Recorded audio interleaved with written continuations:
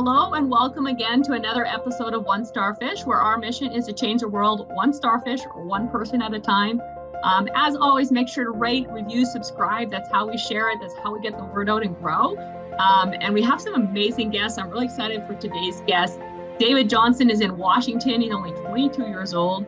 He's a real estate wholesaler investor. We'll get into that a little bit so I understand more. Been doing it 5 years, so since he was 18, heavy into personal development. We met through the RFA. So I'm really excited to get into this. Welcome to the show, David.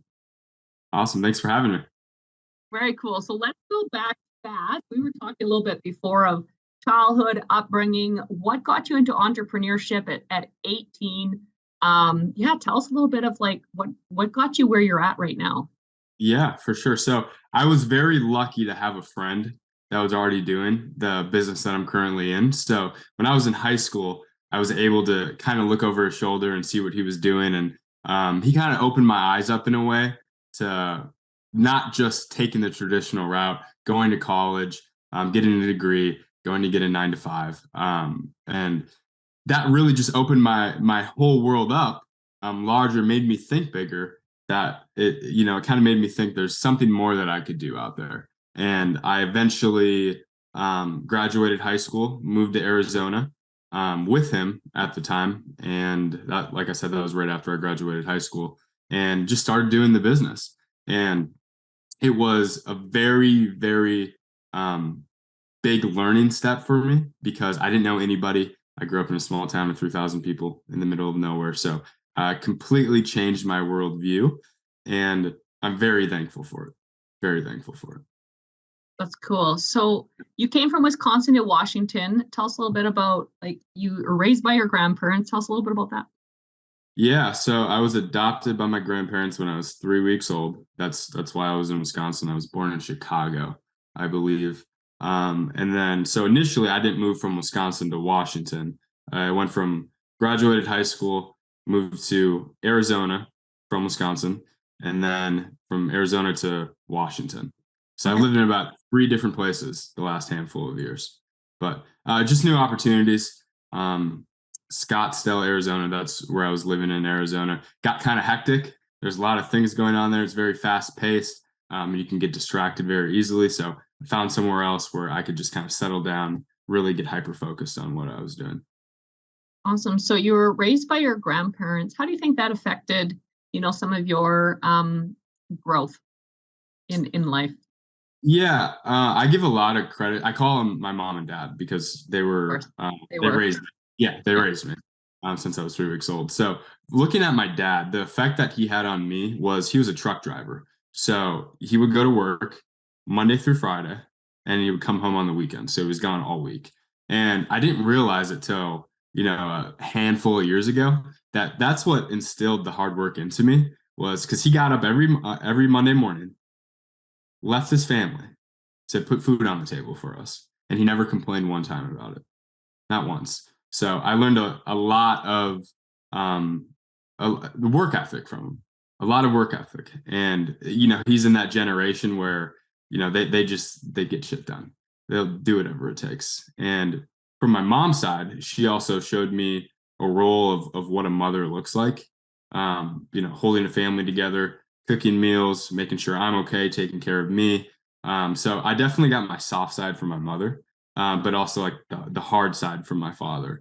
But what they gave me, and I didn't realize it for a very long time, and I took it for granted, was humility, being able to be humiliated and be okay with it, right? Because I was always embarrassed. Right. Everyone else had a perfect family, their actual parents, and all that stuff. And I was always just with my grandparents. And then, people would talk like, oh, where your parents were, what's going on? And, as a young kid, you don't really think about it. And it kind of, embarrasses you a little bit. Mm-hmm. Right. And that's what it did for me. But I realized that it was the best thing that's ever happened to me, because if I didn't have them, I would be in a completely different situation than I am today. That's cool. What do you got for advice for someone that's maybe going through something similar? I mean, maybe not the exact same thing, but somewhere where maybe their upbringing is not as what it's supposed to be, whatever that means. And, they're feeling that way. What were some things that got you through that? I mean, thinking back as a kid, what were some things that got you through those moments? Yeah. It was one was definitely sports for sure. But I think as well, I was always a long-term thinker of what I could do in the future because Mm-hmm. I never thought it was going to be business or entrepreneurship. I always thought it was going to be basketball or sports or something like that. And what I realized was the farther out I think, what I visualize my life to look like, it helps you in the current state of where you're at. And another thing to add on top of that is you got to block out the negative thoughts and start thinking more positive. Truly, as like cliche as that may be, you really do. If the more you can think positively about it, the better it's gonna be for you. And there's always benefits in the current situation you're in. You just got to find them. Gotta find them. That's awesome. So then you got into real estate at 18. Tell us a little bit about that journey in the last 5 years and where it's taking you. And you said you've done a lot of personal development. Talk a little bit about that. And yeah, just go wherever you want to go with that. Yeah. Man, I love real estate, especially the business that I'm in now, wholesaling, because what it's teaching me at a young age is how to build a business, how to be a better leader, how to grow a team, SOPs, KPIs, everything. It's teaching me everything I need to know about business. And how I got into it at a younger age, it wasn't my business. I branched off on my own about 2, 3 years ago. Okay. So I am still newer to it, but I learned the ropes before that. And, you know, after branching out on my own, I realized how much harder it was to actually run the show by yourself, right? Because there's other things that need to be plugged in for it to work well. And it was a long journey. It was hard, a lot of mistakes. I found right mentors. I'm in Arte, and I also found mentors in real estate that have done what I wanted to do. Took the systems that they're doing and just plugged it into my operation, which has helped tremendously as well. Mentorship. But in terms of personal development, I just got done with 75 hard. Started February 20th. I took 20 days off.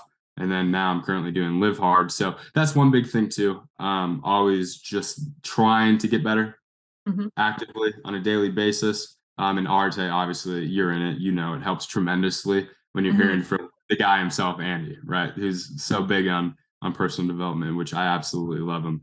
But just hearing the things that he has to say, what's helped him, obviously 75 hard, live hard, and just actively doing the hard things every day that I don't want to do that I know is going to get me to the level that I want.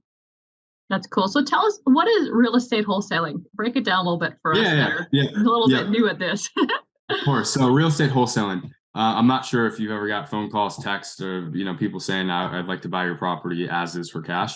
We're in the American US, thing. so, I think it is.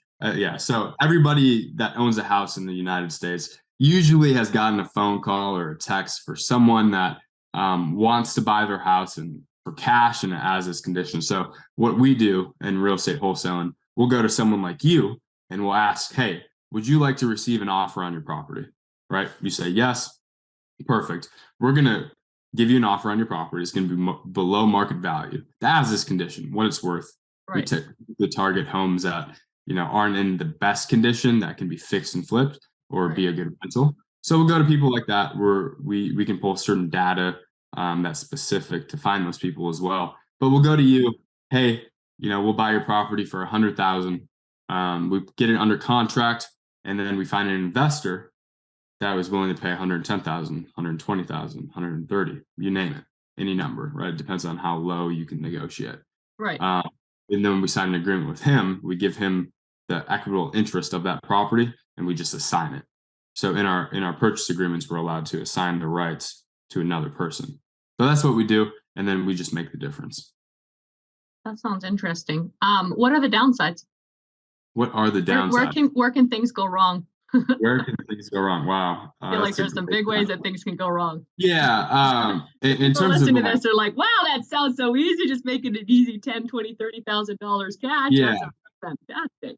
Yeah. And I've been doing it for a while too, so I understand how it works. But I mean, it's the downside. I mean, if you're in a rush for cash, which a lot of people that are just starting out are, it's like you're closing on a house. So it's going to take anywhere between 30, 40, 50 days, 60 days to close on it. So that's one thing. You don't get paid instantly, which is fine, right? That's why you build a pipeline.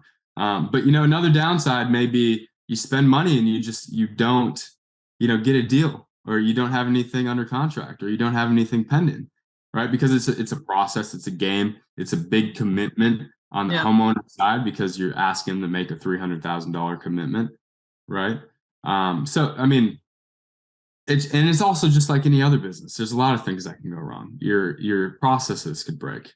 Your employees can show up, whatever it may be. So, but I mean, the biggest thing, you're not going to get paid instantly, and finding the right deal, I think. Yeah, because I can see, and correct me if I'm wrong, I'm kind of listening. I'm like, what if I went to that homeowner and I'm like, hey, I'll give you 100,000. Now you're contracted, and if you don't find a buyer, you're buying it, aren't you? No, so in that agreement, you have an inspection period, where it's Yep. usually 10 to 15 business days, but that gives you the time to sell the agreement, and Right. because we put earnest money in, we put $1,000 earnest money in. It's like a deposit, essentially, say, hey, we're serious. But within that inspection period, we're allowed to back out and get our earnest money back as well. So if we don't find a buyer within those 10 to 15 business days, we're allowed to go our separate ways. Yeah. Gotcha. Okay. Well, Which doesn't really happen as often as you think, because when we give an offer, it's a number that we know that we can sell it to someone else at. So right. Okay. Okay, cool. So what are some of the, so, you were very young when you started out. I'm sure you had a lot of people that thought you were crazy. I'm guessing. Tell us a little bit about how that was. And honestly, how was your grandparents with everything? Like, were they yeah. super supportive? Like, how was your family? How did you deal with that? And how did you go through that? Yeah, so everyone did think I was crazy, for sure. And to give you some context, like I said, I grew up in a town of 3,000 people, middle of nowhere in Wisconsin, right? So all these people, they're conditioned to going to college within a 50-mile radius and then coming back to the hometown. No one moves across the country, starts a business, and tries to make it big in the world. It's not a thing. It's not a thing. So yeah, people looked at me like I was crazy, but I at the time, I would have liked to think I knew what I was doing, and I knew that there was a bigger picture to it, and I knew it would work out regardless of how long it would take. So yeah, they definitely thought I was crazy, which is fine, because if they don't, then you're not doing something right. But in terms of my parents, honestly, if you were to meet them, especially my father, just mellow, just this. He's not high, he's not low, he's just this. So he didn't really care. I never got an emotion out of him. The only reason why my mom was she wasn't even hesitant about it. She just was going to miss me since I was moving, across the country, and I wasn't going to see her every day. I can see where some of the self-belief came from. I was going to say, where did the self-belief come from? Your parents believed in you. Yeah, and it was something that they never expressed. But they showed it. The only one time my parents told me they were ever proud of me was when I graduated high school. When I got home that night from graduation, they told me they were proud of me for the first time in my life, and I'm like, wow, never heard that before. But definitely, and I think the self-belief comes from experience, pain, doing hard things, right? And as a childhood, the sports really put that in me as well, because I knew the work would equal the self-belief. So a lot of different things, I would say. Yeah, because self-belief is something that I think a lot of people struggle with at any age, and especially at a young age. Definitely something people definitely struggle with, and I think a lot of belief does come from our upbringing, and like our parents can believe in us or not, and you can feel it or you cannot. Like, that's why I'm interested when when you decided to move and you're going to go do this stuff. A lot of parents would question you. Neither of your parents questioned you. They just Yeah. missed you. My parents were very similar. So like, I don't know about this, but like, okay. And so I think that's really cool. What are some other tips that you think people, especially because you can really speak to that younger crowd, that people should do and not worry about necessarily as much what people think or their associations? Like, what are some tips that, helped you through that? You even moved from, to Arizona was a little bit distracting to Washington. Like, how did that all implement? And tell us a little bit more about like what are some tips for people that are listening in? Yeah. So to hit your first point, I think something that, a tip that kind of works on the I don't care muscle, right? Um, a lot of it stems from that self belief of you knowing what you're going to do is going to work out. But I mean, to backtrack that, right, and how to get to that point, um, you're going to have to, at a point in time, because you're going to care what these people say. At some point, you're going to, Mhm. right? But there's a point where you hear it so much where it doesn't bother you anymore. Where it doesn't bother you anymore. And you have to tell yourself when you're hearing these certain things, like, no, it's not true. I know what I'm doing. What I'm going to do is going to work, right? Because you have to have that self-talk too. Because if you don't have it, all those negative voices, all those negative opinions are just going to affect you, and then you're going to start believing that, right? Mhm. And when you start believing that, it's going to be a reality. So, um, it's mental repetition um, of you confirming what you're doing. I believe is the best thing that's possible. And then to your other point, what was your other question? What are some tips to get over that? That was one of them. And then said you were distracted almost in Arizona. Yeah, Um, definitely. tell us a little bit more about like that and then why you decide to move, because that's huge for a lot of people.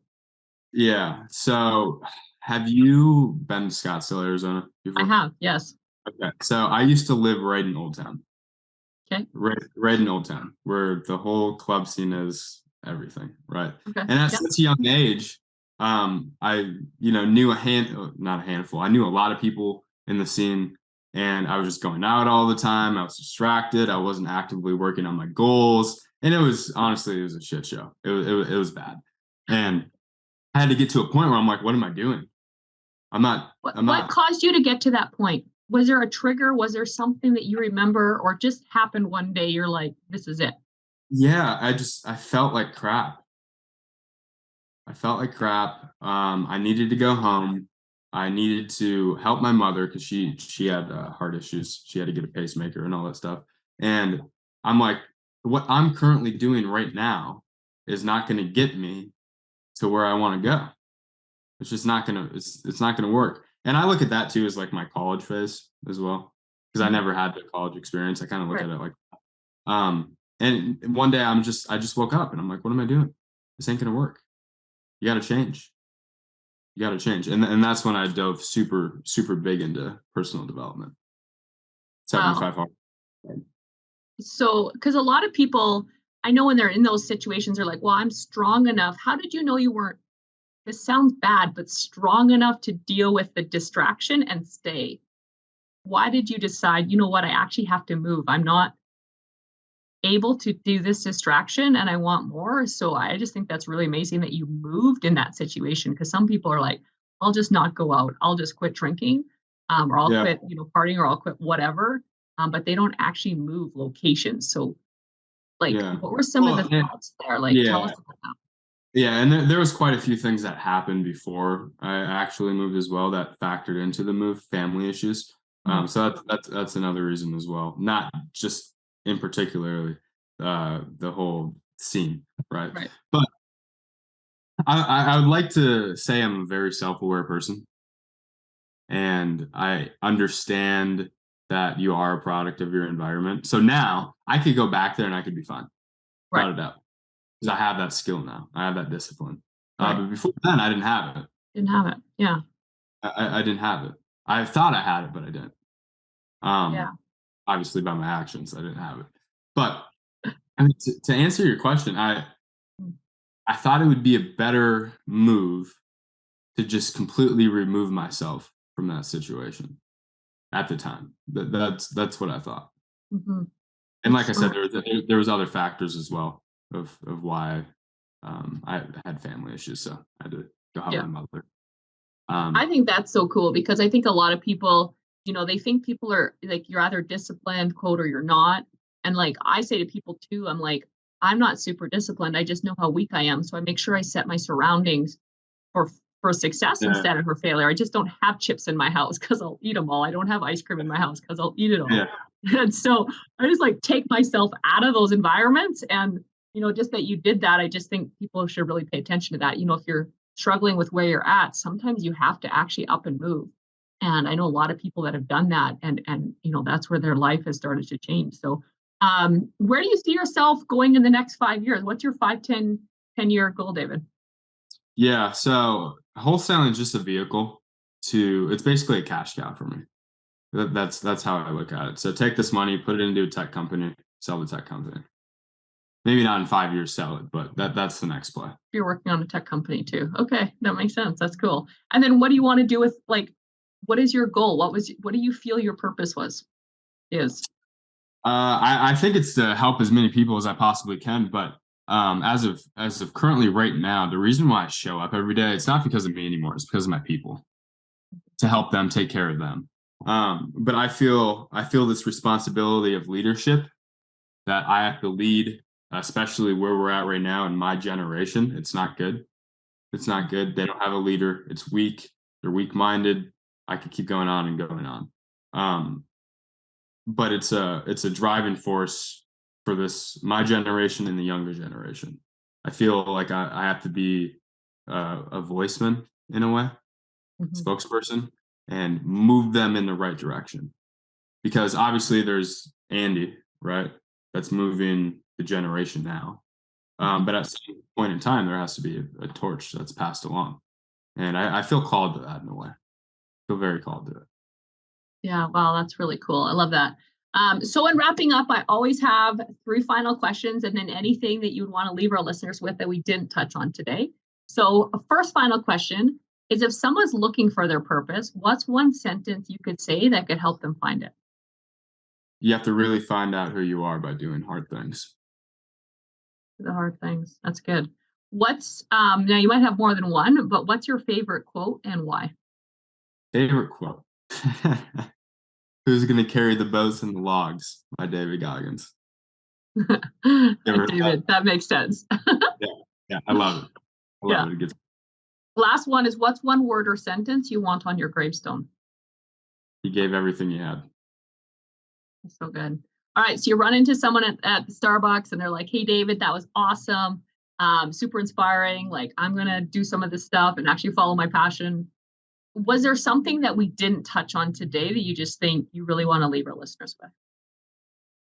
Yeah. I mean, I always suggest people to do the hard stuff, right? The things that you don't want to do. There's this voice in your head. There's good and there's bad, right? Mhm. There's a voice in your head that's always telling you the right thing to do, always. Whether it be opening the door for someone or doing the work that you don't want to do that you know you're supposed to do, Mhm. always, right? There's always that voice. So I would listen to that voice. I would do as many hard things as I possibly could. And in order to get the life that you want, you have to become that person, right? So what does that person look like, and then work backwards from there, and raise your standards. Your standards have to be higher. You're an So good. example for everybody. Yeah, raise your Wow. standards. So good. Guys, I know you'll want to share this, especially if you know some young people. This is super inspiring, David. As always, guys, make sure to rate, review, subscribe. We'll have all of David's information in the show notes if you want to reach out to him. I know he'd be super helpful and happy to talk to anybody. So make sure to reach out. Guys, let's go out there. Let's change the world one starfish or one person at a time together. If we can change one life at a time, we can change the world. Thanks so much. Awesome. Thank you.